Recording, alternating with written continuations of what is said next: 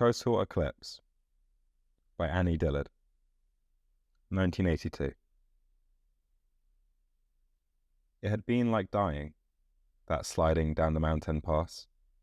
It had been like the death of someone, irrational, that sliding down the mountain pass and into the region of dread. It was like slipping into fever, or falling down that hole in sleep from which you wake yourself whimpering. We had crossed the mountains that day, and now we were in a strange place, a hotel in central Washington, in a town near Yakima. The eclipse we had travelled here to see would occur early in the next morning. I lay in bed. My husband Gary was reading beside me. I lay in bed and looked at the painting on the hotel room wall. It was a print of a detailed and lifelike painting of a smiling clown's head made out of vegetables. It was a painting of the sort which you do not intend to look at, and which, alas, you never forget. Some tasteless fate presses it upon you. It becomes part of the complex interior junk you carry with you wherever you go. 2 years have passed since the total eclipse of which I write. During those years I had forgotten, I assume, a great many things I wanted to remember. But I have not forgotten that clown painting, or its lunatic setting in the old hotel. The clown was bald. Actually, he wore a clown's tight rubber wig, painted white. This stretched over the top of his skull, which was a cabbage. His hair was bunches of baby carrots. Inset in his white clown makeup and in his cabbage skull were his small and laughing human eyes. The clown's glance was like the glance of Rembrandt in some of the self-portraits, lively, knowing, deep, and loving. The crinkled shadows around his eyes were string beans. His eyebrows were parsley. Each of his ears was a broad bean. His thin, joyful lips were red chili peppers. Between his lips were wet rows of human teeth and a suggestion of a real tongue. The clown print was framed in gilt and glassed. To put ourselves in the path of the total eclipse, that day we had driven 5 hours inland from the Washington coast where we lived. When we tried to cross the Cascades Range, an avalanche had blocked the pass. A slope's worth of snow blocked the road. Traffic backed up. Had the avalanche buried any cars that morning? We could not learn. This highway was the only winter road over the mountains. We waited as highway crews bulldozed a passage through the avalanche. With 2x4s and walls of plywood, they erected a one-way roofed tunnel through the avalanche. We drove through the avalanche tunnel, crossed the pass, and descended several thousand feet into central Washington and the broad Yakima Valley, about which we knew only that it was orchard country. As we lost altitude, the snows disappeared. Our ears popped. The trees changed, and in the trees were strange birds. I watched the landscape innocently, like a fool, like a diver in the rapture of the deep who plays on the bottom while his air runs out. The hotel lobby was a dark, derelict room, narrow as a corridor, and seemingly without air. We waited on a couch while the manager vanished upstairs to do something unknown to our room. Beside us, on an overstuffed chair, absolutely motionless, was a platinum blonde woman in her 40s wearing a black silk dress and a strand of pearls. Her long legs were crossed. She supported her head on her fist. At the dim far end of the room, their backs towards us, sat 6 bald old men in their shirt sleeves around a loud television. 2 of them seemed to sleep. They were drunks. "Number 6, cried the man on television. "Number 6. On the broad lobby desk, lighted and bubbling, was a 10-gallon aquarium containing one large fish. The fish tilted up and down in its water. Against the long opposite wall sang a live canary in its cage. Beneath the cage, among spilled millet seeds on the carpet, were a decorated child's sand bucket and matching sand shovel. Now the alarm was set for 6. I lay awake, remembering an article I had read downstairs in the lobby, in an engineering magazine. The article was about gold mining. In South Africa, in India, and in South Dakota, the gold mines extend so deeply into the Earth's crust that they are hot. The rock walls burn the miners' hands. The companies have to air condition the mines. If the air conditioners break, the miners die. The elevators in the mine shafts run very slowly down and up, so the miners' ears will not pop in their skulls. When the miners return to the surface, their faces are deathly pale. Early the next morning, we checked out. It was February 26, 1979, a Monday morning. We could drive out of town, find a hilltop, watch the eclipse, and then drive back over the mountains and home to the coast. How familiar things are here, how adept we are, how smoothly and professionally we check out. I had forgotten the clown's smiling head and the hotel lobby as if they had never existed. Gary put the car in gear, and off we went, as off we have gone to 100 other adventures. It was dawn when we found a highway out of town and drove into the unfamiliar countryside. By the growing light, we could see a band of cirrostratus clouds in the sky. Later, the rising sun would clear these clouds before the eclipse began. We drove at random until we came to a range of unfenced hills. We pulled off the highway, bundled up, and climbed one of these hills. The hill was 500 feet high. Long, winter-killed grass covered it, as high as our knees. We climbed and rested, sweating in the cold. We passed clumps of bundled people on the hillside who were setting up telescopes and fiddling with cameras. The top of the hill stuck up in the middle of the sky. We tightened our scarves and looked around. East of us rose another hill like ours. Between the hills, far below, 13 was the highway which threaded south into the valley. This was the Yakima Valley. I had never seen it before. It is justly famous for its beauty, like every planted valley. It extended south into the horizon, a distant dream of a valley, a Shangri-La. All its hundreds of low golden slopes bore orchards. Among the orchards were towns and roads and ploughed and fallow fields. Through the valley wandered a thin, shining river. From the river extended fine, frozen irrigation ditches. Distance blurred and blued the sight, so that the whole valley looked like a thickness or sediment at the bottom of the sky. Directly behind us was more sky, and empty lowlands blued by distance, and Mount Adams. Mount Adams was an enormous snow-covered volcanic cone rising flat like so much scenery. Now the sun was up. We could not see it, but the sky behind the band of clouds was yellow, and far down the valley some hillside orchards had lighted up. More people were parking near the highway and climbing the hills. It was the West. All of us, rugged individualists, were wearing knit caps and blue nylon parkas. People were climbing the nearby hills and setting up shop in clumps among the dead grasses. It looked as though we had all gathered on hilltops to pray for the world on its last day. It looked as though we had all crawled out of spaceships and were preparing to assault the valley below.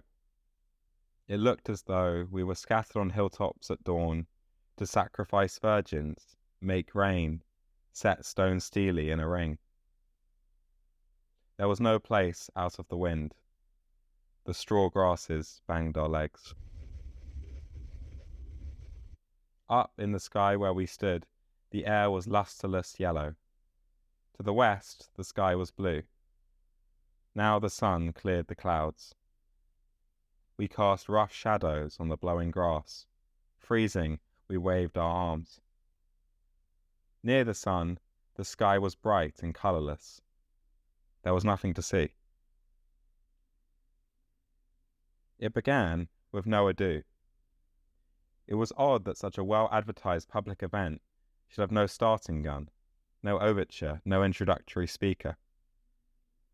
I should have known right then that I was out of my depth. Without pause or preamble, silent as orbits, a piece of the sun went away. We looked at it through welder's goggles. A piece of the sun was missing. In its place, we saw empty sky. I had seen a partial eclipse in 1970. A partial eclipse is very interesting. It bears almost no relation to a total eclipse. Seeing a partial eclipse bears the same relation to seeing a total eclipse as kissing a man does to marrying him, or as flying in an airplane does to falling out of an airplane. Although the one experience precedes the other, it in no way prepares you for it. During a partial eclipse, the sky does not darken, not even when 94% of the sun is hidden. Nor does the sun, seen colourless through protective devices, seem terribly strange. We have all seen a sliver of light in the sky. We have all seen the crescent moon by day. However, during a partial eclipse, the air does indeed get cold, precisely as if someone was standing between you and the fire. And blackbirds do fly back to their roosts. I had seen a partial eclipse before, and here was another. What you see in an eclipse is entirely different from what you know. It is especially different for those of us whose grasp of astronomy is so frail that given a flashlight, a grapefruit, 2 oranges, and 15 years, we still could not figure out which way to set the clocks for daylight saving time. Usually, it is a bit of a trick to keep your knowledge from blinding you. But during an eclipse, it is easy. What you see is much more convincing than any wild-eyed theory you may know. You may read that the moon has something to do with eclipses.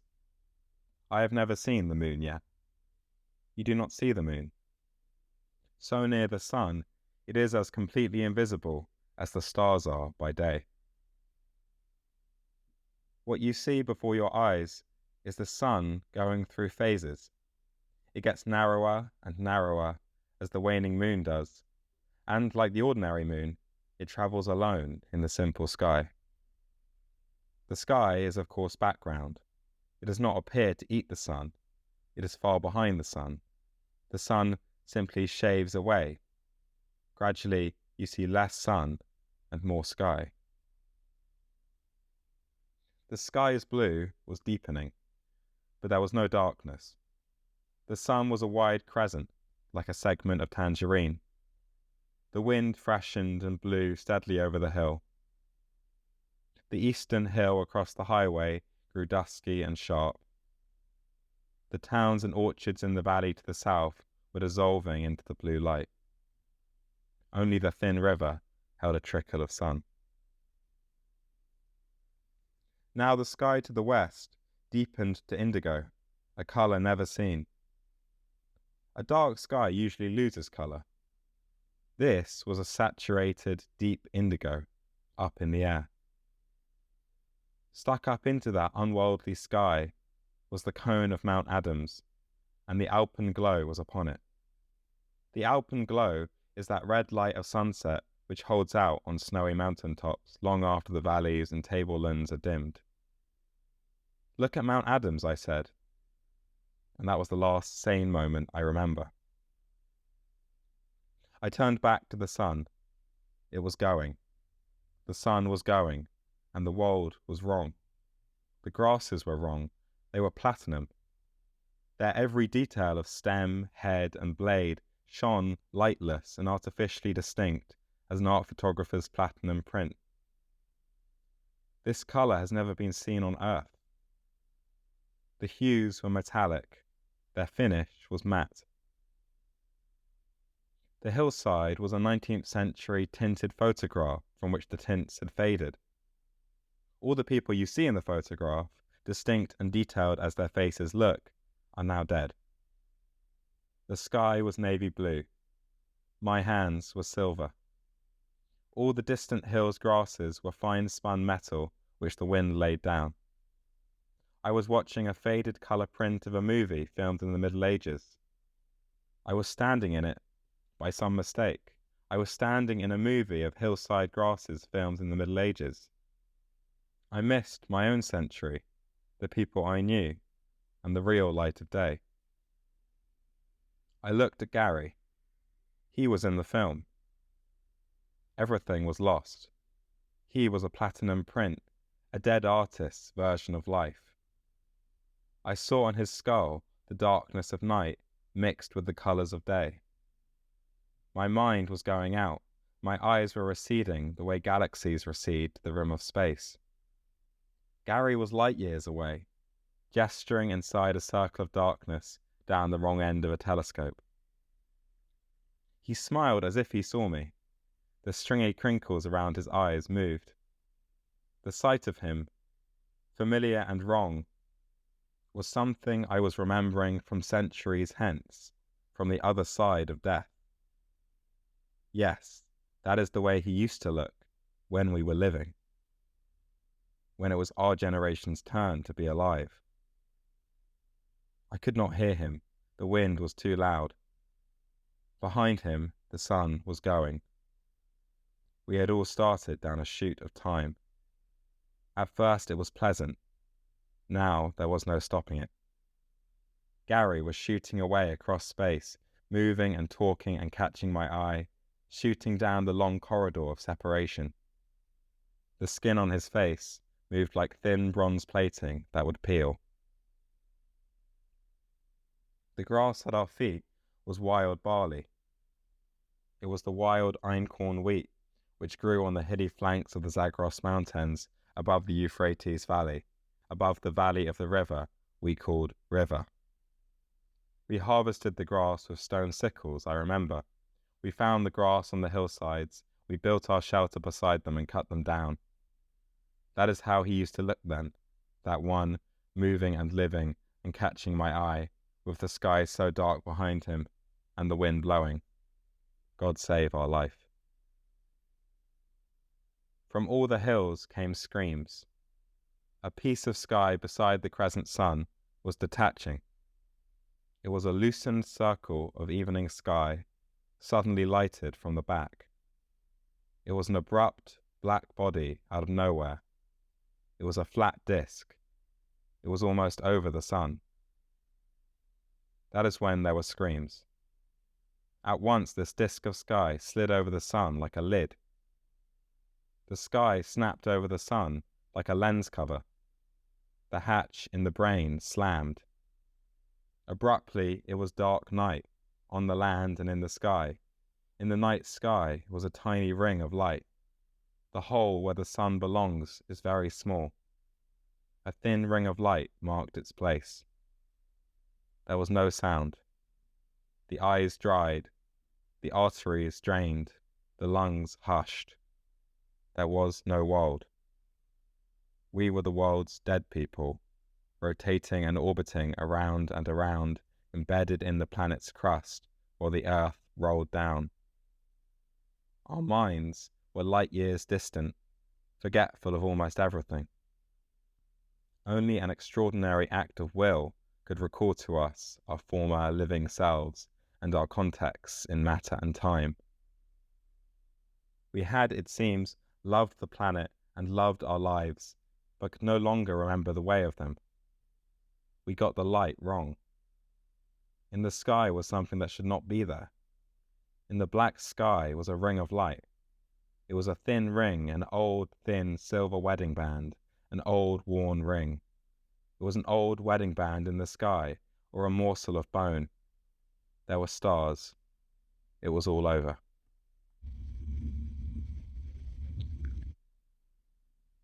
It is now that the temptation is strongest to leave these regions. We have seen enough, let's go. Why burn our hands any more than we have to? But 2 years have passed. The price of gold has risen. I returned to the same buried alluvial beds and picked through the strata again. I saw, early in the morning, the sun diminish against the backdrop of sky. I saw a circular piece of that sky appear, suddenly detached, blackened, and backlighted. From nowhere it came and overlapped the sun. It did not look like the moon. It was enormous and black. If I had not read that it was the moon, I could have seen the sight 100 times and never thought of the moon once. Brackets. If, however, I had not read that it was the moon, if, like most of the world's people throughout time, I had simply glanced up and seen this thing, then I doubtless would not have speculated much, but would have, like Emperor Louis of Bavaria in 840, simply died of fright on the spot. Close brackets. It did not look like a dragon, although it looked more like a dragon than the moon. It looked like a lens cover, or the lid of a pot. It materialized out of thin air, black and flat and sliding, outlined in flame. Seeing this black body was like seeing a mushroom cloud. The heart screeched. The meaning of the sight overwhelmed its fascination. It obliterated meaning itself. If you were to glance out one day and see a row of mushroom clouds rising on the horizon, you would know at once that what you were seeing, remarkable as it was intrinsically not worth remarking. No use running to tell anyone. Significant as it was, it did not matter a whit. For what is significance? It is significance for people. No people, no significance. This is all I have to tell you. In the deeps are the violence and terror of which psychology has warned us. But if you ride these monsters deeper down, if you drop with them farther over the world's rim, you find what our sciences cannot locate or name, the substrate, the ocean or matrix or ether which buoys the rest, which gives goodness its power for good and evil. Its power for evil, the unified field, our complex and inexplicable caring for each other and for our life together here. This is given, it is not learned. The world which lay under darkness and stillness following the closing of the lid was not the world we know. The event was over. Its devastation lay around about us. The clamouring mind and heart stilled, almost indifferent, certainly disembodied, frail and exhausted. The hills were hushed, obliterated. Up in the sky, like a crater from some distant cataclysm, was a hollow ring. You have seen photographs of the sun taken during a total eclipse. The corona fills the print. All of those photographs were taken through telescopes. The lenses of telescopes and cameras can no more cover the breadth and scale of the visual array than language can cover the breadth and simultaneity of internal experience. Lenses enlarge the sight, omit its context, and make of it a pretty and sensible picture, like something on a Christmas card. I assure you, if you send any shepherds a Christmas card on which is printed a 3x3 photograph of the angel of the Lord, the glory of the Lord, and the multitude of the heavenly host, they will not be sore afraid. More fearsome things can come in envelopes. More moving photographs than those of the sun's corona can appear in magazines. But I pray you will never see anything more awful in the sky.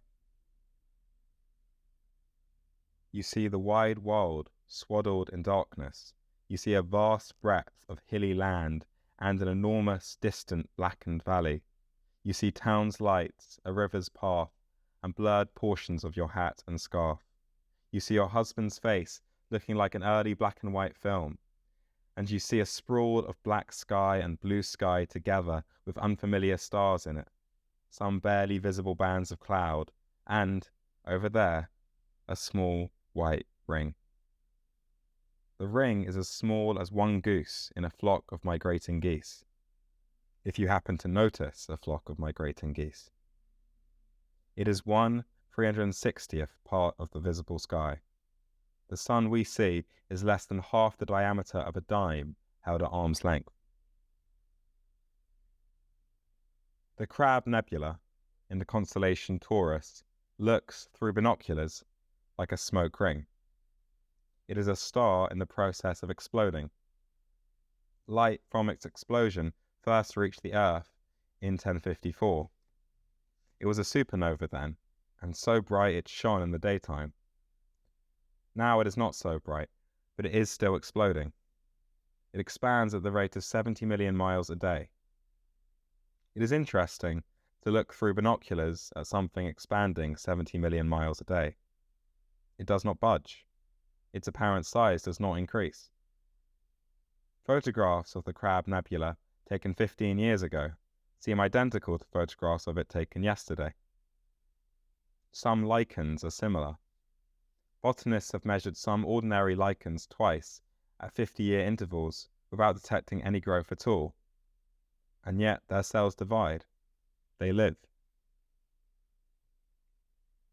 The small ring of light was like these things, like a ridiculous lichen up in the sky, like a perfectly still explosion 4,200 light years away.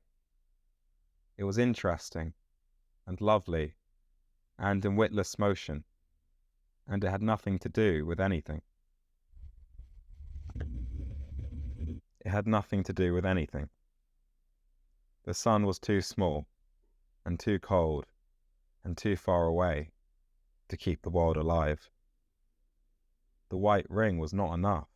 It was feeble and worthless. It was as useless as a memory. It was as off-kilter and hollow and wretched as a memory. When you try your hardest to recall someone's face, or the look of a place, you see in your mind's eye some vague and terrible sight, such as this. It is dark, it is insubstantial, it is all wrong. The white ring and the saturated darkness made the earth and the sky look as they must look in the memories of the careless dead. What I saw, what I seemed to be standing in, was all the wrecked light that the memories of the dead could shed upon the living world. We had all died in our boots on the hilltops of Yakima, and were alone in eternity. Empty space stopped our eyes and mouths. We cared for nothing. We remembered our living days wrong. With great effort, we had remembered some sort of circular light in the sky, but only the outline. Oh, and then the orchard trees withered. The ground froze. The glaciers slid down the valleys and overlapped the towns. If there had ever been people on earth, nobody knew it. The dead had forgotten those they had loved. The dead were parted one from the other and could no longer remember the faces and lands they had loved in the light. They seemed to stand on darkened hilltops, looking down. We teach our children one thing only, as we were taught: to wake up. We teach our children to look alive there, to join by words and activities the life of human culture on the planet's crust. As adults, we are almost all adept at waking up. We have so mastered the transition, we have forgotten we ever learned it. Yet it is a transition we make 100 times a day, as, like so many will-less dolphins, we plunge and surface, lapse and emerge. We live half our waking lives and all of our sleeping lives in some private, useless and insensible waters we never mention or recall. Useless, I say. Valueless, I might add, until someone hauls their wealth up to the surface and into the wide-awake city in a form that people can use. I do not know how we got to the restaurant. Like Rothka, I take my waking slow. Gradually I seemed more or less alive, and already forgetful. It was now almost 9 in the morning. It was the day of a solar eclipse in central Washington, and a fine adventure for everyone. The sky was clear. There was a fresh breeze out of the north. The restaurant was a roadside place with tables and booths. The other Eclipse watchers were there. From our booth, we could see their cars' California license plates, the University of Washington parking stickers. Inside the restaurant, we were all eating eggs or waffles. People were fairly shouting and exchanging enthusiasms, like fans after a World Series game. Did you see? Did you see? Then somebody said something which knocked me for a loop. A college student, a boy in a blue parka who carried a Hasselblad, said to us, "Did you see that little white ring? It looked like a lifesaver. It looked like a lifesaver up in the sky." And so it did. The boy spoke well. He was a walking alarm clock. I myself had at that time no access to such a word. He could write a sentence, and I could not. I grabbed that lifesaver and rode it to the surface. And I had to laugh. I had been dumbstruck on the Euphrates River. I had been dead and gone and grieving, all over the sight of something which, if you could claw your way up to that level, you would grant looked very much like a lifesaver. It was good to be back among people so clever. It was good to have all the world's words at the mind's disposal, so the mind could begin its task. All those things for which we have no words are lost.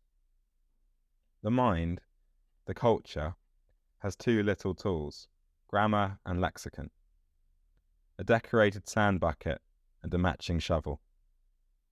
With these, we bluster about the continents and do all the world's work. With these, we try to save our very lives. There are a few more things to tell from this level, the level of the restaurant. One is the old joke about breakfast. It can never be satisfied, the mind, never. Wallace Stevens wrote that, and in the long run, he was right. The mind wants to live forever, or to learn a very good reason why not. The mind wants the world to return its love or its awareness. The mind wants to know all the world and all eternity and God. The mind's sidekick, however, will settle for 2 eggs over easy. The dear, stupid body is as easily satisfied as a spaniel. And incredibly, the simple spaniel can lure the brawling mind to its dish. It is everlastingly funny that the proud, metaphysically ambitious, clamouring mind will hush if you give it an egg. Further, while the mind reels in deep space, while the mind grieves or fears or exults, the work-a-day senses, in ignorance or idiocy, like so many computer terminals printing out market prices while the world blows up, still transcribe their little data and transmit them to the warehouse in the skull. Later, under the tranquilizing influence of fried eggs, the mind can sort through this data. The restaurant was a halfway house, a decompression chamber. There I remembered a few things more. The deepest and most terrifying was this. I have said that I heard screams. Brackets. I have since read that screaming with hysteria is a common reaction even to expected total eclipses. Close brackets. People on all the hillsides, including, I think, myself, screamed when the black body of the moon detached from the sky and rolled over the sun. But something else was happening at that same instant, and it was this, I believe, which made us scream. The second before the sun went out, we saw a wall of dark shadow come speeding at us. We no sooner saw it than it was upon us, like thunder. It roared up the valley. It slammed our hill and knocked us out. It was the monstrous swift shadow cone of the moon. I have since read that this wave of shadow moves 1,800 miles an hour. Language can give no sense of this sort of speed, 1,800 miles an hour. It was 195 miles wide. No end was in sight. You saw only the edge. It rolled at you across the land at 1,800 miles an hour, hauling darkness like plague behind it. Seeing it, and knowing it was coming straight for you, was like feeling a slug of anesthetic shoot up your arm. If you think very fast, you may have time to think, soon it will hit my brain. You can feel the deadness race up your arm. You can feel the appalling, inhuman speed of your own blood. We saw the wall of shadow coming and screamed before it hit. This was the universe about which we have read so much and never before felt. The universe as a clockwork of loose spheres flung at stupefying, unauthorized speeds. How could anything moving so fast not crash, not veer from its orbit amok like a car out of control on a turn? Less than 2 minutes later, when the sun emerged, the trailing edge of the shadow cone sped away. It coursed down our hill and raced eastward over the plain, faster than the eye could believe. It swept over the plain and dropped over the planet's rim in a twinkling. It had clobbered us, and now it roared away. We blinked in the light. It was as though an enormous, loping god in the sky had reached down and slapped the Earth's face. Something else, something more ordinary, came back to me along about the third cup of coffee. During the moments of totality, it was so dark that drivers on the highway below turned on their car's headlights. We could see the highway's route as a strand of lights. It was bumper to bumper down there. It was 8:15 in the morning, Monday morning, and people were driving into Yakima to work. That it was as dark as night and eerie as hell an hour after dawn apparently meant that in order to drive to work, people had to use their headlights. 4 or 5 cars pulled off the road. The rest, in a line at least 5 miles long, drove to town.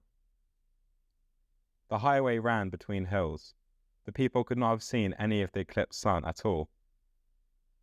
Yakima will have another total eclipse in 2086. Perhaps in 2086, businesses will give their employees an hour off. From the restaurant, we drove back to the coast. The highway crossing the Cascades Range was open. We drove over the mountain like old pros. We joined our places on the planet's thin crust. It held. For the time being, we were home free. Early that morning at 6, when we had checked out, the 6 bald men were sitting on folding chairs in the dim hotel lobby. The television was on. Most of them were awake. You might drown in your own spittle, God knows, at any time.